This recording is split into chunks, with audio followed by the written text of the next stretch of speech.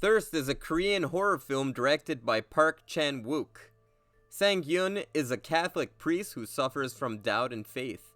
Out of goodwill, he volunteers to be a human lab rat for an experimental vaccine to protect against a virus. The vaccine turns him into a vampire.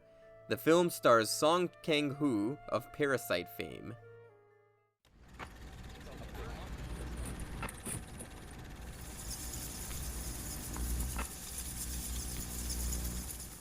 Howdy folks, welcome back to Garage Vampire-thon, where every day for the month of October we revisit a vampire movie. You might have noticed that I have a different background. I returned home for a few days, so I couldn't bring the set with me. This is a bit more of a lower production edition of this Vampire-thon, so I apologize for that. That said, I hope it doesn't detract from the quality of this video, because I just saw an amazing movie called Thirst. Thirst was directed by Park Chan-wook, who is most known for directing the movie Oldboy, which is part of what he calls the Revenge trilogy, Mr. Vengeance, Oldboy, Lady Vengeance.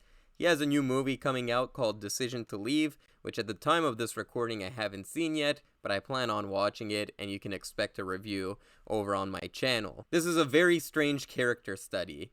It's a very complex character study, because you have a man who's a priest, and he's being told by his higher-up that he probably should have pursued a science if he wanted to save people. Instead, he pursued religion, because he thought he can save people through religion. He volunteers at the hospital because he's so passionate about helping people. This truly is a kind-hearted, good soul of a protagonist. He's so nice, in fact, that he volunteers to be basically a human lab rat in an experiment. And the experiment goes wrong, they do a blood transfusion, and that blood transfusion leads him into vampirism. His charitability also translates to his romantic life. He reunites with a childhood friend of his, and he falls for the wife of his childhood friend. He believes that his childhood friend is mistreating his wife, and one thing leads to another, and eventually he kills his childhood friend because he thinks that he is abusing her.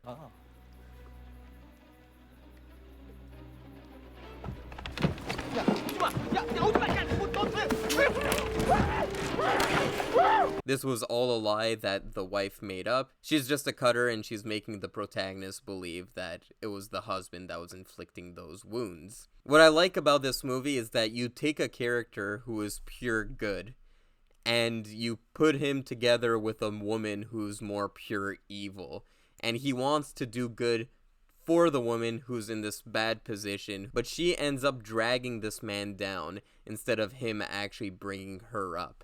So you're kind of watching the downfall of this Catholic priest. The movie explores the nature of sin. What is sin? If there's a need for something, is it the same as a desire for something? These vampires, they need blood. Is that the same thing as the desire for blood? And there's a lot of sex in this film. I would even say this is an erotic thriller, along the same lines as another vampire movie we watched, like Daughters of Darkness. But they talk about sex a lot in this movie, and there's a lot of graphic sex scenes.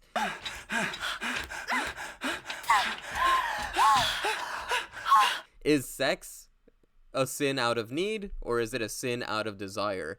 Do we need sex, or do we desire sex? That's kind of what the film explores. It kind of poses all these interesting questions, doesn't really give an answer to any of them at all, but still the thought that you're provoking these questions is pretty interesting, especially in a genre movie like a vampire movie. These sex scenes are extremely graphic. I didn't know vampirism gave you a foot fetish. That seems to be a recurring thing. From Dusk Till Dawn, you got Tarantino sucking on toes. Now in this movie, you have a scene where they're sucking on each other's feet.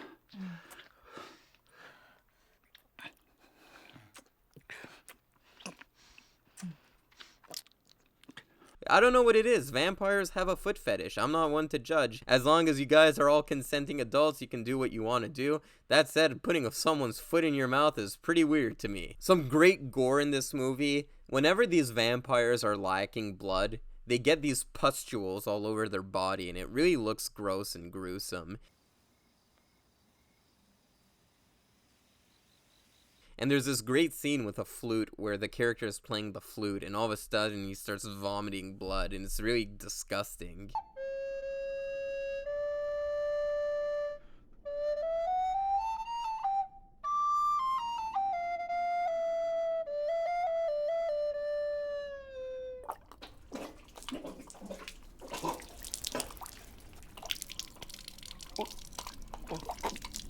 Really takes you off guard. And what I like is actually the romance in this movie, which is rare because I find that in genre movies, romances are usually what brings down the movie. Here it's what elevates the movie. It's really that dichotomy, a man who's pure good with a woman who's just pure evil. One thinks that you shouldn't act on your impulses, and the other thinks it's totally reasonable to act on your impulses. You're kind of repulsed by this romance. It truly is a toxic relationship, but it's the fact that this relationship is so toxic that you're kind of drawn towards their romance. It truly is a remarkable thing. You're watching this couple evolve, and it kind of follows the same beats as every other relationship. There's that really big love at first sight. The characters want to be together. There's such a deep love for one another. And then all of a sudden, the relationship becomes a little bitter, a bit sour. They start noticing these little things that annoy one another. They start discovering a bit more about each other that makes them not as attracted to each other anymore. But by the end of the movie, spoiler alert, they choose to kill themselves. And then they're kind of reliving the same beats that made them fall in love with one another, and there's like a certain nostalgia at the end of the movie, all the way down to the final frame, which shows the burnt corpses and the shoes falling off the girl, which is a reference to the fact that whenever she sleepwalks, she forgets her shoes at home, and the Catholic priest is always there to give his shoes to her.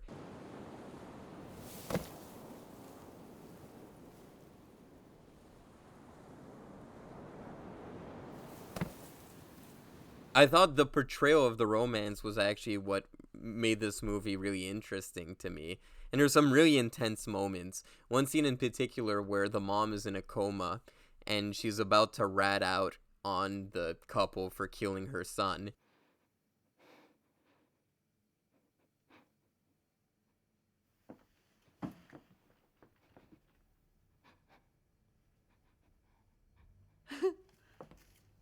마작하니까 오빠 생각나는구나. It kind of reminded me of Breaking Bad. Definitely Breaking Bad was inspired from that scene with the Polos Hermanos guy. I was reading reviews of this at the time of its release because it's a pretty recent movie. You can find a lot of reviews online.